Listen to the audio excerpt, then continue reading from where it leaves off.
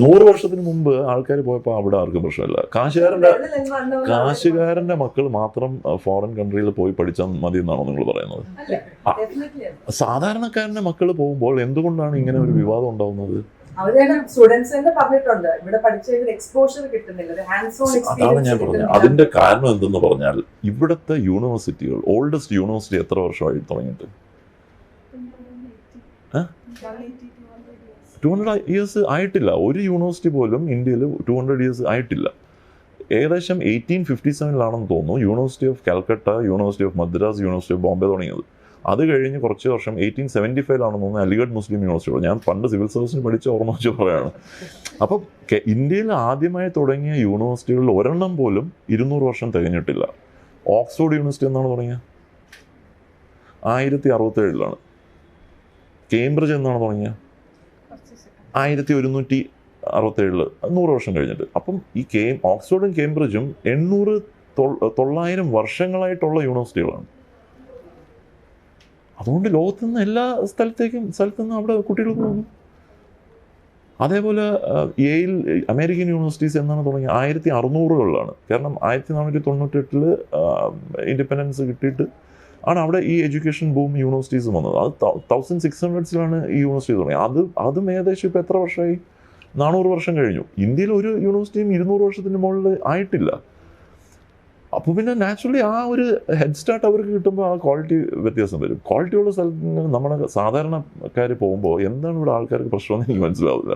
100 വർഷത്തിന് മുമ്പ് ജന്മി കുടുംബത്തിൽ നിന്ന് ആൾക്കാർ അമേരിക്കയിലും ഇംഗ്ലണ്ടിലും പോയി പഠിച്ച് അവർ തിരിച്ചു വന്ന് ഭാരതത്തിന് സ്വാതന്ത്ര്യം നേടിക്കൊടുത്തു.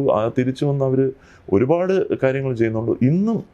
ഇന്നും നമ്മുടെ ഇന്ത്യയുടെ പ്രതിപക്ഷ നേതാവ് ശ്രീ രാഹുൽ ഗാന്ധി, അദ്ദേഹം ഫോറിൻ എഡ്യൂക്കേറ്റഡ് അല്ലേ? പക്ഷെ ഇപ്പോഴത്തെ കുട്ടികൾ പോകുന്നവര് മെജോറിറ്റി ആൾക്കാരും തിരിച്ചു വരുന്നില്ല. അത് പറയുന്നത് തെറ്റാണ്. കാരണം കേരളത്തിലേക്ക് വരുന്ന ആനുവൽ ഫോറിൻ റെമിറ്റൻസിന്റെ ഫിഗേഴ്സ് എത്രയാണെന്ന് അറിയൂ?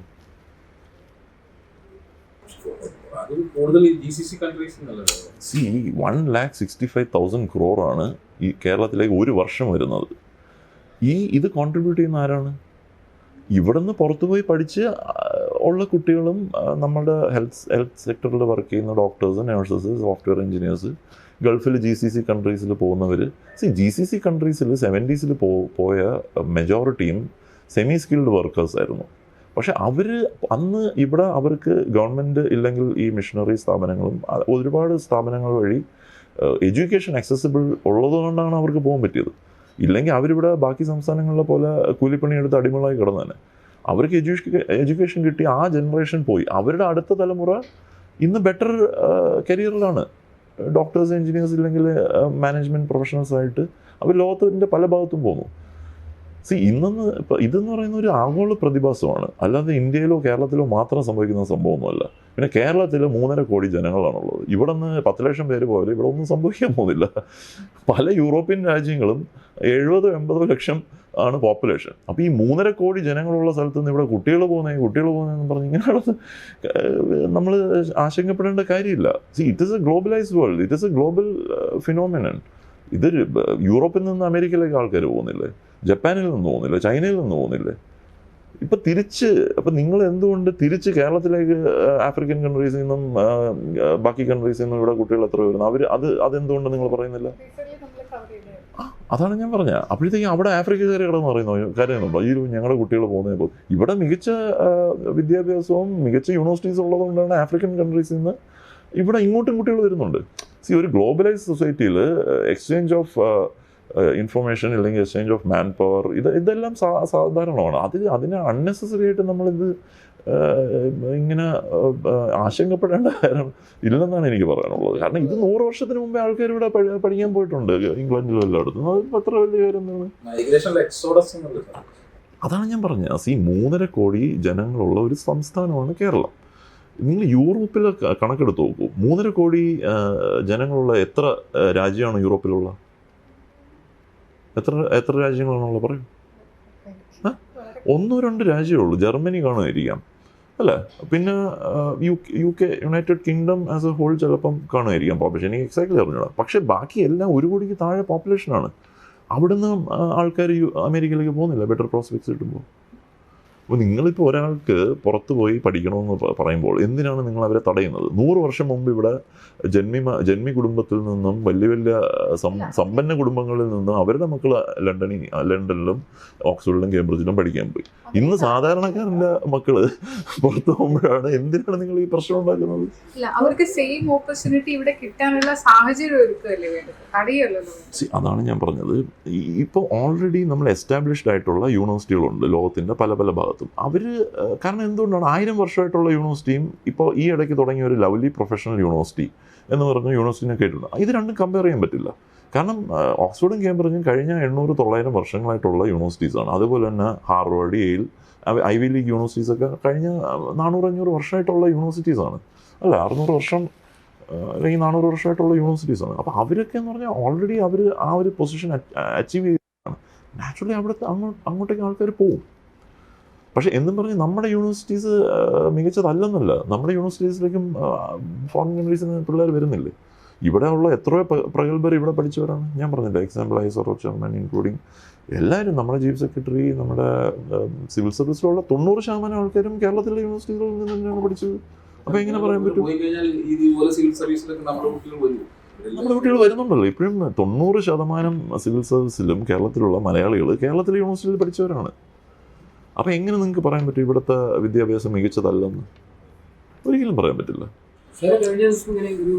കേരളത്തിലെ വിദ്യാഭ്യാസ രീതിയെ കുറിച്ച് അല്ലെങ്കിൽ ഇവിടുത്തെ വിദ്യാഭ്യാസ മേഖലയെ കുറിച്ച് കേരള മോഡൽ അത്ര സൂപ്പറാണ്, എന്താണ് സംശയം അതിനകത്ത്?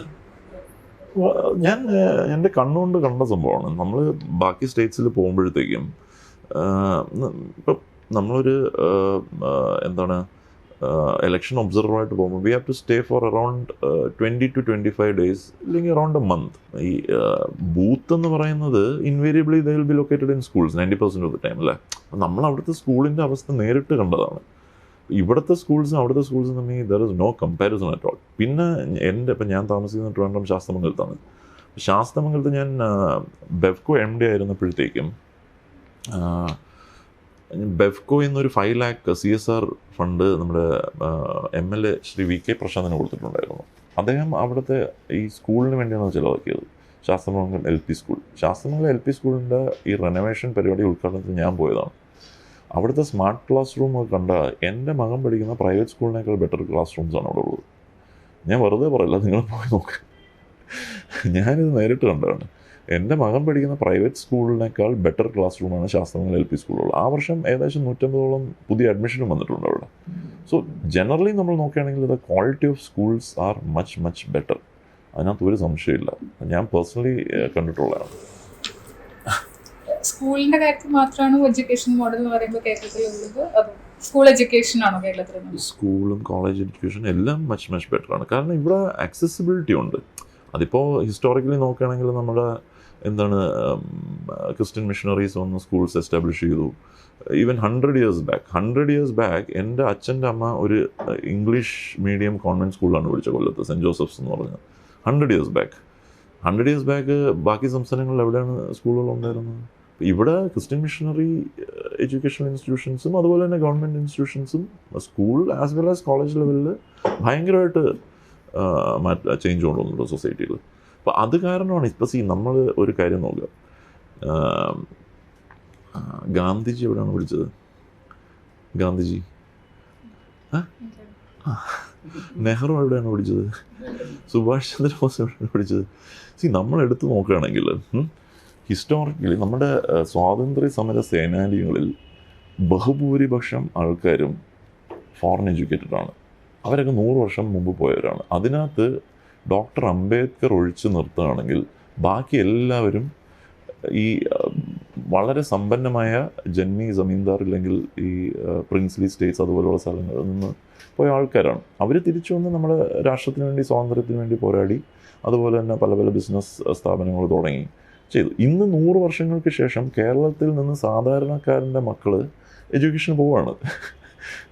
അതിനെന്താണ് ഒരു കുഴപ്പം? ഇവിടെ ആരാണ് ആദ്യമായിട്ട് ആദ്യത്തെ കോൺഗ്രസ് പ്രസിഡന്റ് CS ശങ്കർ, ചേറ്റൂർ ശങ്കരൻ നായർ, അദ്ദേഹം ഇംഗ്ലണ്ട് എഡ്യൂക്കേറ്റഡ് അല്ലേ? നമ്മുടെ ട്രിവാൻഡ്രം MP ശ്രീ ശശി തരൂർ, അദ്ദേഹം ഇംഗ്ലണ്ട് എഡ്യൂക്കേറ്റഡ് അല്ലേ?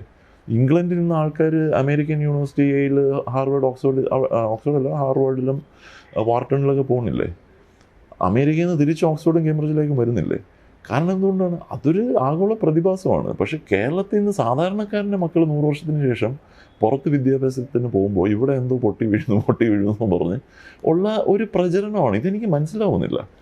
കേരളത്തിലുള്ള നിങ്ങൾ 90% സിവിൽ സർവീസ് ഓഫീസേഴ്സിനെ എടുത്ത് നോക്കൂ, ഇൻക്ലൂഡിങ് ഞാൻ, IAS, IPS, IFS, പിന്നെ സെൻട്രൽ സർവീസിലുള്ള 90% ആൾക്കാരും കേരളത്തിലെ സ്കൂളുകളിലും കോളേജുകളിലും പഠിച്ച് ഈ ജോലിക്ക് കയറിയവരാണ് അല്ലേ? പിന്നെ നമ്മുടെ ISRO ചെയർമാൻ ബഹുമാനപ്പെട്ട നമ്മുടെ ശ്രീ സോംനാഥ് സർ, അദ്ദേഹം കേരളത്തിലാണ് പഠിച്ചത്. നമ്മുടെ മെഡിക്കൽ കോളേജസിലും നമ്മുടെ ഗവൺമെൻറ് ഡിപ്പാർട്ട്മെൻറ്റ്സിലുള്ള ഡോക്ടേഴ്സും എഞ്ചിനീയേഴ്സും എല്ലാം വേൾഡ് ക്ലാസ് ഫെസിലിറ്റി നമുക്ക് തരുന്നവരെല്ലാം നമ്മുടെ കേരളത്തിൽ തന്നെ പഠിച്ചതാണ്. അപ്പോൾ കേരളത്തിലെ ഹയർ എഡ്യൂക്കേഷൻ മികച്ചതല്ലെന്ന് എങ്ങനെ പറയാൻ പറ്റും?